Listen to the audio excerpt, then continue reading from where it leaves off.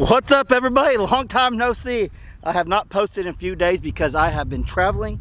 If you guys have been keeping up with me on Facebook, Keeping It Dutch on Facebook, or my Instagram, Keeping It Dutch with 2 H's, you will have seen that I have been in California for a few days over the weekend and a little bit of part of last week and some of this week, and I got stranded in Denver. I'll be putting a video out on the whole that whole situation I ran into this weekend with United Air. I definitely be putting a video on that because it was a mess. It was literally a nightmare. But today, I'm telling you right now, I'm about to shoot Jessie. He is destroying my fence. I'm sick of it. I've already had to put some electric wire up around this part I've shown you guys before.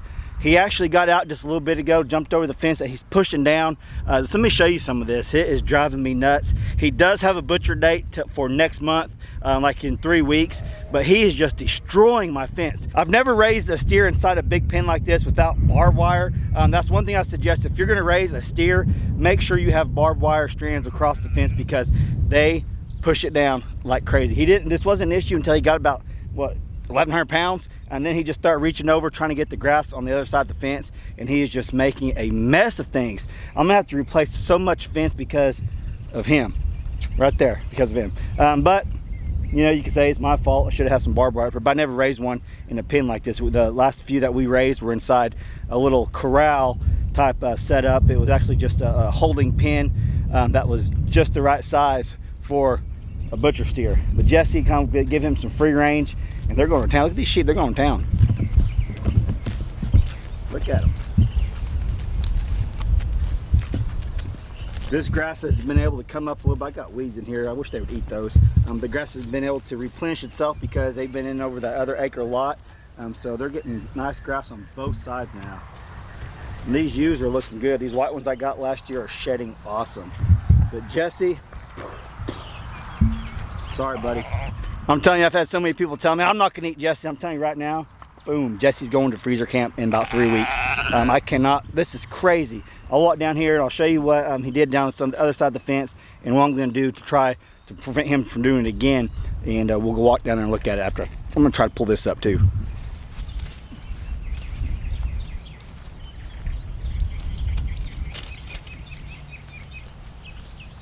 He has just got too big for this acre lot right here with this fence I got. This is for my sheep, and it holds the sheep in perfect. But a big 1,100 pound steer, no, not so much. He's, I'm telling you, it's crazy. His brisket's coming on pretty nicely. I can't wait to smoke that thing. I know some people are gonna get mad at me, but even Brandy's like, you ain't gonna eat him. Yeah, we're gonna eat him. I'm telling you right now, Jessie's going to freezer camp in about 3 weeks. Cannot wait. I don't know if you can see this from here, the fence that he has destroyed. He is just pushing down on it, and he's got about 10 T-posts. We're almost, I don't know, pushed over about 45 degrees or somewhat. It's just crazy. I started mowing this part this year, so I don't even know why he's reaching over just to be a freaking jerk.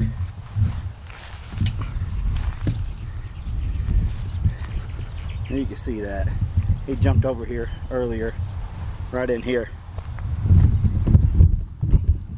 He has got a couple of these T-posts just coming right up out of the ground. This ground is old farmland, and these T-posts will drive real easy, but you get a freaking 1,100 pound steer in here going crazy on this stuff, it ain't gonna hold him. It's crazy.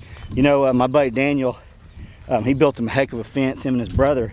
And he's been bragging on it and stuff, and it's a good looking fence. I mean, it serves its purpose for the most part, but even his 850 pound, I think it was 850 pounds, cow that he had went straight through his really high dollar fence. These fences they're good fences, about the cheapest you can do. A field wire fence is what I've done. Daniel puts a lot of work and money into his fence, and it looks really nice and does the job until you get a crazy heifer like he had and just completely ran right through it. So even the best fencing sometimes can't hold these animals in. It's just a matter of time until one of them can get out. But I'm gonna show you what I'm gonna do and what I did over here before I got this other acre lot. Me and my brother got this finished over here, and I got my cattle panel for my gate. I need to get a gate on there. But they got full access. He's coming right now. Full access to this other acre lot over here. But yet for some reason, he still wants to lean over the fence and get this grass over here. It just drives me crazy, drives me nuts. And here he comes. But what I did over here, because he started destroying this fence over here, I ran a strand of hot wire. Well, it's not hot, but the other one up there is hot, and he's got hit a few times with it, and he knows. So what I'm gonna do is take it down right here and put it up over here. Jesse, you're getting big. Too big for your britches, boy. Here they all come. I don't know what they think I'm gonna give them. They ain't getting any grain. They haven't had grain in about 3 weeks now. Maybe 2. What? You guys are looking nice and healthy. What are you doing? What's up, Jess? What's up, Jessie? They're all nosy. All right, let's see if I can get this undone. Memory card got full, so I don't know what I was saying. I think I was saying I'm trying to get him out of here before he tears up my new fencing. But he ain't really been, I don't know. It's just been kind of a nightmare with him. He's long overdue to be sent to the processor, that's for sure. I would have got him in sooner, but I thought they were going to be about 30 days booked. They're more like 7 to 8 weeks booked. That's why he's going as late as he is. But he's definitely big enough to go, and he's going to make some good meat for the family for sure. So I'm going to string this up and I'll show you guys what I'm doing.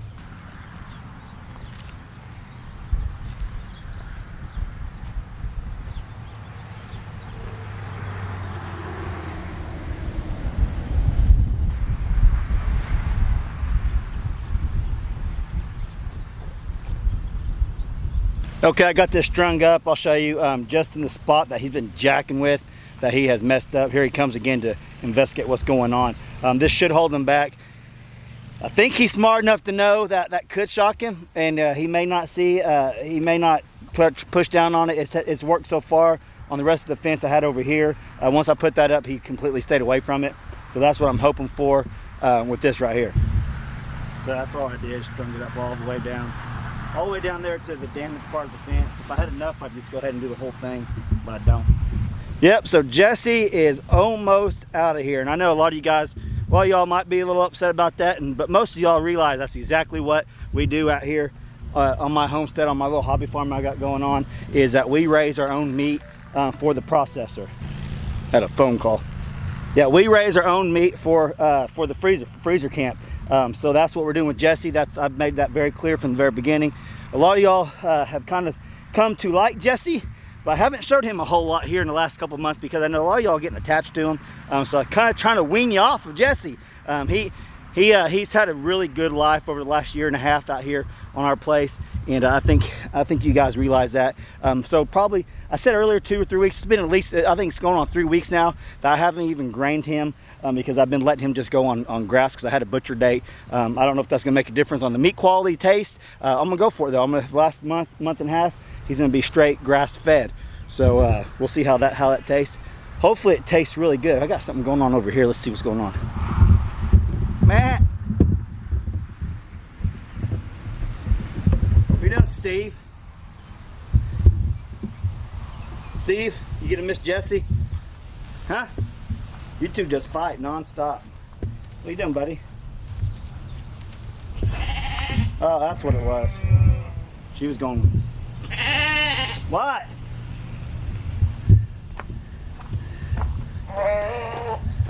What? Here's the old pig pen. It's underwater. This served its purpose for many, many years. I don't like standing underneath this tree when it's windy out. What's up, Steve? You can see this grass is really growing with all this rain we've been getting. All right, since I haven't been here for probably close to a week now, I'm gonna go over there and show you an update on the little pigs and just show you how well this Premier 1 fencing has been working. It has kept them in, have had no escapes. Let me fill this water up. No escapes. The fencing has held up perfectly, and we'll walk over there and I'll give you a little update on them. They have really rooted up the grass, that ground like big time. That's okay, they'll walk over there and I'll show you. Hey, I'm over here at the pigs. I think they're sleeping. We'll try to sneak up on them.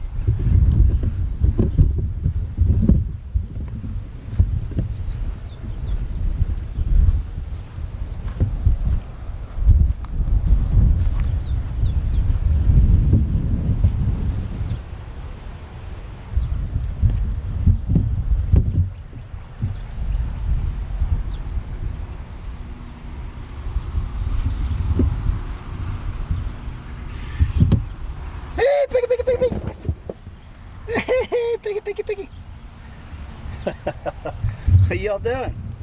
Come on out. Come on. They don't want to come out and play. You can see they've rooted up really, really good. That's just fine with me. I got plenty of land out here for them to do that. I'll get them to come out. This Premier One fencing, Joe from Premier One hooked me up with. This hog netting is working awesome so far. So we'll see if we can get them out here, and I'll show you guys how big they're getting.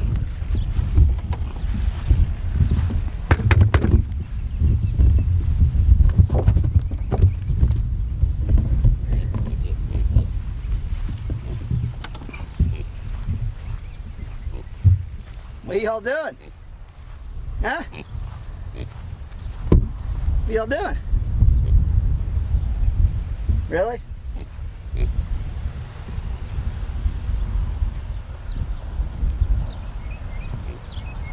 The shade barrier is still up. You can see my shade barrier is still up. Everything's looking good. I'm really satisfied with this so far. I'm proving anyone can raise pigs, and they don't have to have a big pig pen. They can get this Premier One fencing like I got right here, and it works just fine. It works really good, actually. You can see so far they're little, keeping them in. That's why I want to do this experiment for you guys. If you're on the fence about this Premier One fencing, maybe this will make or break it. You know, and I'll shoot you all straight. If it doesn't work, I'll let you know. Right now, it's working awesome. One thing I like about this little panel charger they gave me is that you can just walk right over here. If you need to get in with your pigs, all you gotta do is turn it off right there. It's turned off. Boom. And they will test it after a while. They won't go and test it right now, but if it stays off very long, they'll probably test it a little bit. So if I want to walk over this, I can. You can actually jump over that with it on, but I like to make sure it's turned off and on. Now all I gotta do is turn it back on. That's all there is to it. Set this up in about, I don't know if you've seen that video or not, but I set this up in about 15 minutes. That's how quick it was to set this pig pen. I got them in a little igloo dog house for right now. That's just temporary until they get a little bit bigger. And then I'm gonna go buy a pretty good little shelter I went and looked at today when I went and picked up their feed.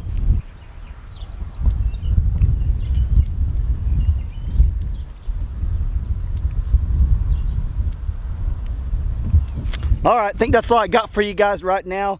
We do have some more severe storms coming in. It is Tuesday. I'm going to post this as quick as I can, probably here in just a little bit. So you guys will be watching this on Tuesday when it comes out, hopefully. But we've got more tornadoes. They're calling for more tornado warnings, watches for here in just a little bit. It's just one of them things, living in Oklahoma, this is really bad time of year.